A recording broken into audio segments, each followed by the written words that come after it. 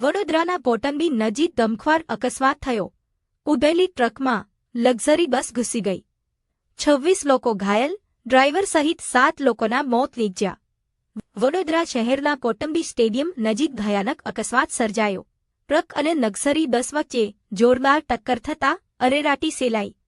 અકસ્માતમાં 26 લોકો ઘાયલ, ડ્રાઈવર સહિત 7 લોકોના મોત નીપજ્યા. ઘટના સ્થળે બચાવ કામગીરી યુદ્ધના ધોરણે શરૂ કરવામાં આવી હતી. એસડીઆરએફ, એનડીઆરએફ અને વડોદરા ફાયર વિભાગની ટીમો ઘટના સ્થળે પહોંચીને બચાવ કામગીરી હાથ ધરી હતી. ઇજાગ્રસ્તોને તાત્કાલિક સારવાર માટે એસએસજી હોસ્પિટલ ખસેડવામાં આવ્યા. અકસ્માતના કારણે વિસ્તારમાં ભારે ટ્રાફિક જામના દૃશ્યો સર્જાયા હતા. સમગ્ર ઘટનાની વધુ તપાસ પોલીસ અને સંબંધિત એજન્સીઓ દ્વારા હાથ ધરવામાં આવી. ઇજાગ્રસ્તોને ઝડપી સારવાર મળે તે માટે મેયર શ્રી ગીતાબેન મકવાણા તથા deputy mayor Shri Aditya Patel SSG hospital પહોંચ્યા હતા.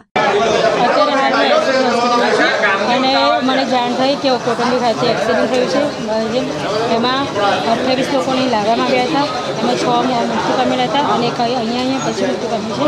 એટલે અત્યારે જે 21 જણ છે એ લોકોનો ઇલાજ ચાલી રહ્યો છે અને સારો ડૉક્ટરોની મેં વાત કરી છે. સારો એ લોકોનો ઇલાજ કર્યો છે અને ટૂંક સમયમાં એ લોકોનું ટ્રીટમેન્ટ જે સારી મળી રહી છે તો ટૂંક સમયમાં લોકો સારા થઈ જશે.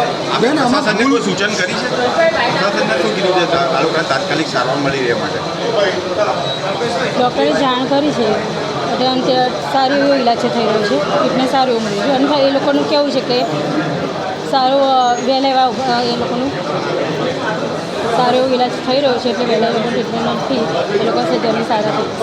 બેન, આમાં કઈ કઈ ટીમ હતી? ત્યાં આગળ સ્પોટ ઉપર કયા ટીમની બરોડા ફાયરે મદદ લીધી? આપણી ફાયરની ટીમ ગઈ એકચ્યુઅલી મને જ્યારે સવારમાં જાણ થઈ હું ઉતારમાં અહીંયા આવી છું એ કોઈ માહિતી નથી. બેન, આમાં ભૂલ કોની માનો છો તમે? સવારે લગભગ 3:30 થી 4ના અરસામાં વડોદરા નજીક આવેલ કોટંબી સ્ટેડિયમમાં એક ગંભીર અકસ્માતની ઘટનાની સૂચના મળી છે. રાજસ્થાનથી સુરત તરફ જતી એક પ્રાઇવેટ સ્લીપર લક્ઝરી બસ ઊભેલી ટ્રકમાં ધડાકાભેર અથડાઈ છે તે પ્રકારની પ્રાથમિક માહિતી મળી છે.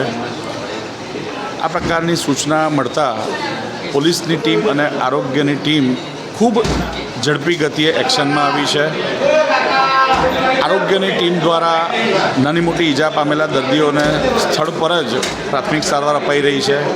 એ સિવાયના ગંભીર રીતે ઘવાયેલા દર્દીઓને એસએસજી હોસ્પિટલના ઇમરજન્સી ટ્રોમા સેન્ટર ખાતે લવાયા છે.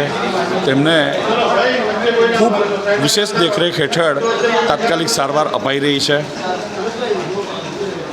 લગભગ 5 થી 5 મૃતકો અત્યારે કન્ફર્મ થયા છે પણ અન્ય પણ વિગતો સામે આવી રહી છે.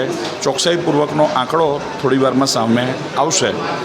પરંતુ આ 26 દર્દીઓ જે ગંભીર રીતે ઘવાયા છે તે પૈકીના એક દર્દીની હાલત ક્રિટિકલ છે. એના આઈસીયુમાં શિફ્ટ કરવાની તજવીજ ચાલી રહી છે.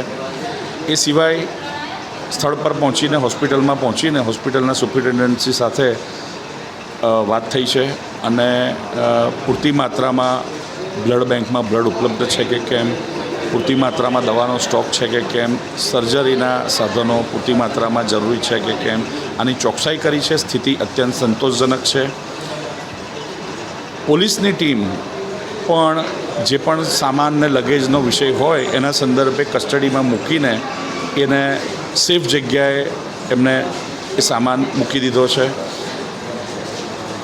હવે એક કાર્યકર્તા જે દર્દીઓ છે એમના પરિચિતોને એક સિંગલ પોઈન્ટ હેલ્પ ડેસ્ક મળી રહે તે પ્રકારની પણ વ્યવસ્થા અહીંયા ઊભી થઈ રહી છે.